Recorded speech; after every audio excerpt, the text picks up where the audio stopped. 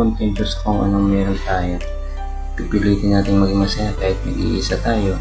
Yun talaga ang buhay. Kailangan tanggap natin makontento sa mga bagay-bagay sa buhay natin, package sa atin dito sa mundo.